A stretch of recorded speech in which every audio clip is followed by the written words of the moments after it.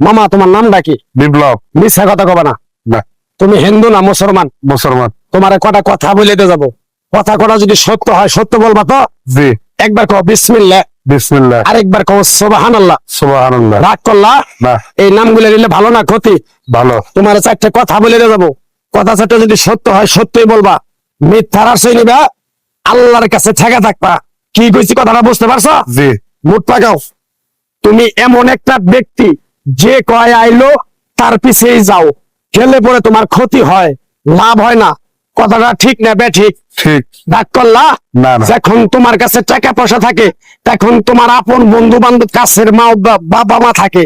যখন তোমার কাছে টাকা পয়সা থাকে না, তোমার আত্মীয় স্বজন কোনো বন্ধু বান্ধব তোমার কাছে থাকে না। কথাটা ঠিক না বেঠিক? ঠিক। রাগ করলা? না না। এই কথাগুলো আগে পিছে কোনদিন বলছিলা?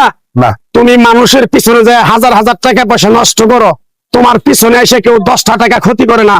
কথাটা ঠিক নেবে ঠিক? ঠিক। আরেকবার কও বিসমিল্লাহ। বিসমিল্লাহ। আরেকবার কও সুবহানাল্লাহ। সুবহানাল্লাহ। বিশ্বাসে বস্তু মিলে তর্কে বহুদূর।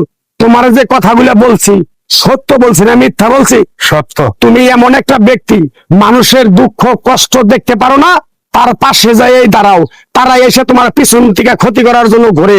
কথাটা ঠিক নেবে ঠিক? ঠিক। রাগ করলা?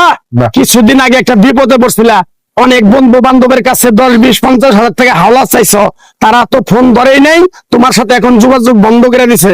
কথাটা ঠিক নেবে ঠিক? ঠিক। ঠিক। রাগ করলা? না না। আরেকটা কথা বলে তো যাবো, সত্যটা সত্য বলবা, মিথ্যার কোনো আশ্রয় নিবে না। মিথ্যার আশ্রয় নিবা, আল্লাহর কাছে ঠেকে থাকবা। কথাটা কি কইছি বুঝতে পারছো? জি। রাগ করলা? আমার ওস্তাদে বলছে পাগলা রে, চাইয়া খাবি পেটে আটবো না, চুরি করে খাবি পিঠে আটবো না। তাই আমি পাগলা, গাছ গাছরা তাবিজ কবজ দিয়ে কারো কাছে টাকা পয়সা নিয়ে খাই না। তোরে যে কথাগুলো বলছি সত্য বলছি না মিথ্যা বলছি? সত্য। আরেকবার ক বিসমিল্লাহ। বিসমিল্লাহ। বিসমিল্লাহ বরকত নাই? আছে। তুই মানুষের 10 টাকা দেস, যখন তুই টাকাটা চাইতে যাস তখন তোর সাথে মারামারি মন গালাগালি হয়। কথাটা ঠিক না ঠিক? ঠিক। রাগ করলি? না। আরেকবার ক বিসমিল্লাহ। বিসমিল্লাহ। আমার ওস্তাদের নিষেধ। এই পাগলা, তুই আমার সাথে 28 বছর ইন্ডিয়ায় থাকলি, তুই বাংলাদেশে চলে যাবি, তোর এক টুকরা গাছ দিয়ে যাই, এই গাছটা 10টা জায়গায় বিলিয়ে দিবি, তোর জনের উপকার হলে তোর জন্য আমার জন্য দোয়া করব। তাই আমি আমার ওস্তাদের কথা মান্য করা, তোর কপাল নসিব ভালো, তোরে আমি এক টুকরা গাছ দিয়ে যাবো, গাছটা নিতে পারবি? পারবি? পারবো। আরেকবার ক বিসমিল্লাহ। বিসমিল্লাহ। বিশ্বাসে বস্তু মিলে তর্কে বহুদূর।